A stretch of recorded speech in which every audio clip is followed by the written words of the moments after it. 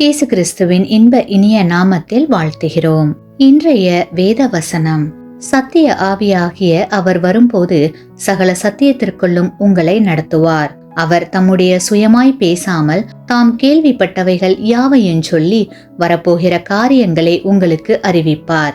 யோவான் 16 அதிகாரம் 13 வசனம். Today's Bible verse.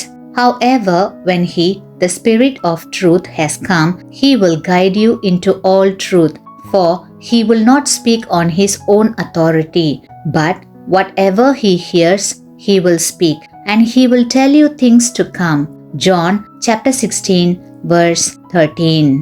எப்போதும் தம் சீடர்களோடு இருந்து வந்த இயேசு தாம் சீக்கிரத்தில் பரலோகம் செல்ல வேண்டி இருந்ததை உணர்ந்தார்.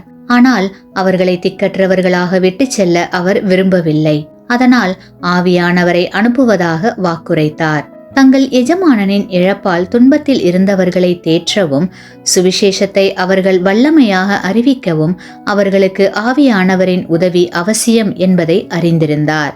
எனவே ஆவியானவர் தேற்றரவாளராகவும் வழிகாட்டுபவராகவும் வருங்காரியங்களை அறிவிப்பவராகவும் வந்தார். கட்டாயப்படுத்துகிறவர் அல்ல, வழி நடத்துகிறவரே ஆவியானவர் என்று வேதாகமத்தில் கூறப்பட்டிருக்கிறது. நம்முடைய அறிவு, புத்தி, ஞானம் என எதையும் ஆவியானவர் கட்டாயப்படுத்த முடியாது. மனிதர்களின் தேர்ந்தெடுக்கும் சுதந்திரத்தை மதிக்கிறார். அவர் உணர்த்துவார். செய்ய வேண்டியதை நாம் தான் தீர்மானிக்க வேண்டும். அந்த வழிகாட்டியிடமிருந்து கற்றுக்கொள்ளவும் உதவி பெறவும் அவருடைய உணர்த்துதலுக்கு செவிசாய்க்க வேண்டும். அதற்கு கீழ்ப்படியும் ஆசை வேண்டும். தீர்மானத்தின்படி நடக்க வேண்டும். அப்படி இல்லையெனில் நாம் நம் ஆவிக்குரிய வாழ்வில் கனிதர முடியாது. சீர்கேடான உணர்வுகளில் இருந்து ஒரு தெய்வீக செல்வாக்கு உங்களை படிப்படியாக விலக்கி வருவதை நீங்கள் உணர்கிறீர்களா? அந்த செல்வாக்கு உங்களை நீதியின் பாதையில் நடத்த வேண்டும் என்று விரும்புகிறீர்களா? அப்படி நீங்கள் விரும்புகிறீர்களானால் அந்த வழிகாட்டி நிச்சயம் உங்களில் கிரியை செய்வார்.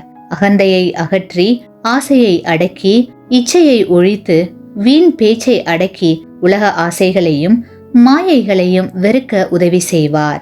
கிறிஸ்துவுக்குள் அன்பானவர்களே, ஆவியானவரின் தூண்டுதல்களுக்கு இவ்வாறு அடிபணிவதால் சந்தோஷமும் சமாதானமும் ஏற்படுகிறது.